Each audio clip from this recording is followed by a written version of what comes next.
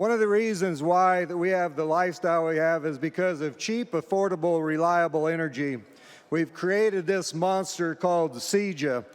And one of the observations that President Reagan made was the most terrifying words in the English language was, "I'm from the government and I'm here to help you." We've created this mess and now we're on the Fourth Amendment to try to clean it up. You know, I work outside every day. I work in the environment. You know, it's 100 degrees in the shade and 90% humidity. I don't sit around and whine about it being hot. When it's a winter time and I'm out feeding the cows and it's 20 below zero, I'm not whining about it being cold. And we've created a complete myth that is destroying the economy in Illinois and eventually will destroy the economy in the United States of America if we continue down this rabbit trail. You know, before CEJA happened, myself, Representative Holbrook, Representative Calkins, we actually went on the energy tour and we visited the Prairie State campus. We visited Hamilton Coal. We visited the nuclear power plant in Clinton. We visited the wind farms, we visited the solar fields, and we made a decision based on information and not our emotions or how we feel. I know one of the things that we found out at these energy producing plants that everyone was running about almost 100% capacity.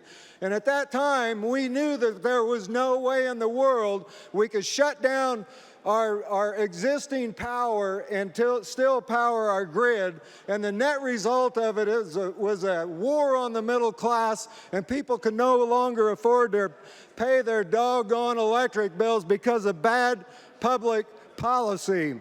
I know one thing about it, for the last 69 years, we've had a climate crisis, and we've gone from one thing to the other. When I was a kid, we had global cooling. We're gonna have the great freeze out. And 4 billion people were going to die. And then we went to global warming, where the earth was going to turn into a frying pan, and we were all going to burn up. And now we're on this myth we call climate change. And now we're all going to change to death. One of the common threads that links all of these ideas together is none of it ever happened, and guess what? None of it is ever going to happen. We aren't going to be destroyed by CO2, and I would suggest that probably most of the people in this body don't even know what carbon dioxide is. Here's a good dose of it. There's a little carbon dioxide for you, and guess what? Nobody's going to die.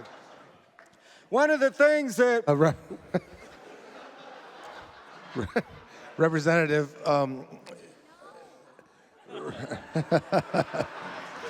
Representative Wilhour gives you 3 minutes. Okay. But anyway, does anybody know how much carbon dioxide is in the entire globe? And I guess and probably nobody can answer that question. There's 0.04% of the entire world atmosphere is made up of carbon dioxide. During the Obama administration, the EPA said if we do everything that we want to do by the year 2100, that we will increase the global temperature by 0.02% of a degree. It doesn't amount to jack squat.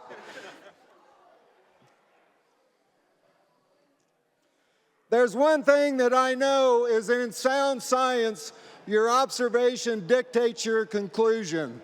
Your observation dictates your conclusion. And I know I have 69 years of observation, and I have come to the conclusion that this is a bunch of bunk, and we need to throw this all in the garbage.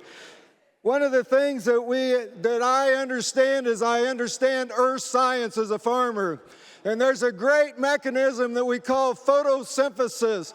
It's an incredible way that we clean up the atmosphere. Guess what? We have millions of acres of green leafy plants that absorb carbon dioxide and produce oxygen.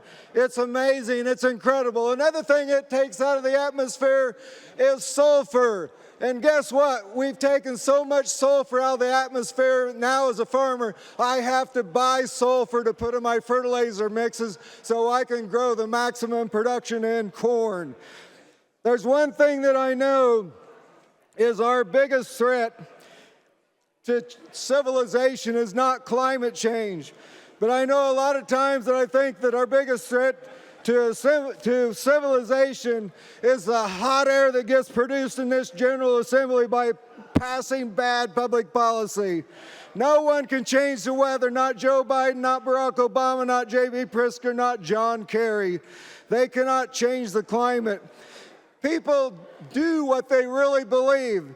And when you see these guys flying around the world in their private jets, they live in mansions on the beach. If they actually thought the world was doomed because of climate change, they would have a different lifestyle. Part of the lie is convincing you that electricity comes from magic. We wave our magic wand and all of a sudden we produce electricity, and it's just not true. We are not having a climate crisis, but what we are having is we are having a crisis of common sense. And the only way, we're on the Fourth Amendment to this bill, and the only way to fix it is to have Amendment number 5 and throw CEJA in the garbage and start over. Thank you, Mr. Speaker.